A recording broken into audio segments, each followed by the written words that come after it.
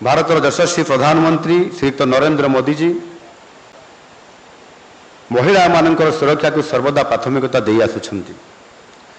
तांकर दृढ़ नेतृत्व और मार्गदर्शन रे महिला शिशु और दुर्बल श्रेणी लोक विरोध में घटुवा अपराधर तुरंत समाधान एवं त्वरित विचार प्रक्रिया माध्यम दोषी को कठोर दंड विधान करने आम सरकार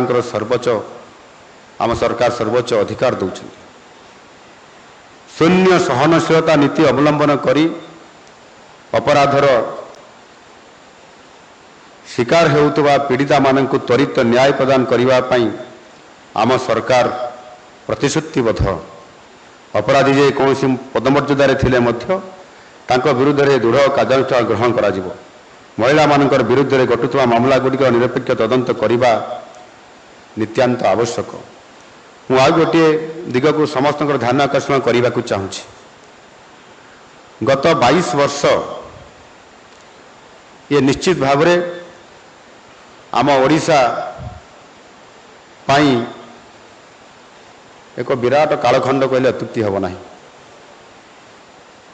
ये 22 वर्ष अर्थात 2022 मसीहा सुधा महिला हिंसा विरुद्ध रे दंड विधान हार हेउची प्राय 9.73%, जहाँकि अत्यंत नैराश्यजनक।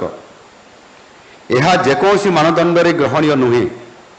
यार केवल दुईटी अर्थ, हुए तो पुलिस तदंत ठीक भाव में हेउ नाही किंबा त्वरित दंड विधान पाई विभागर आंतरिकता नहीं। किंतु आम सरकार यह कौन सी प्रकार रे बर्दाश्त करेंगे नहीं।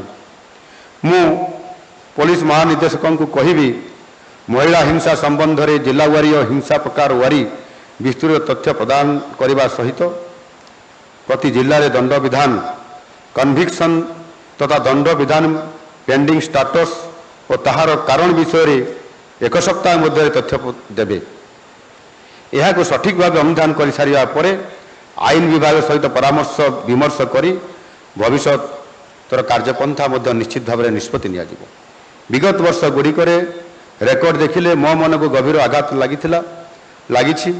महिला विरुद्ध में असदाचरण जहाँ साधारण भाव ईव टीजिंग कह जाए ओडिशा रे दुर्भाग्यजनक भाव में ये अधिक अच्छी। मुझे मर्माहत। तेणु पुलिस विभाग एप्रति विशेष दृष्टि देवार आवश्यकता अच्छी।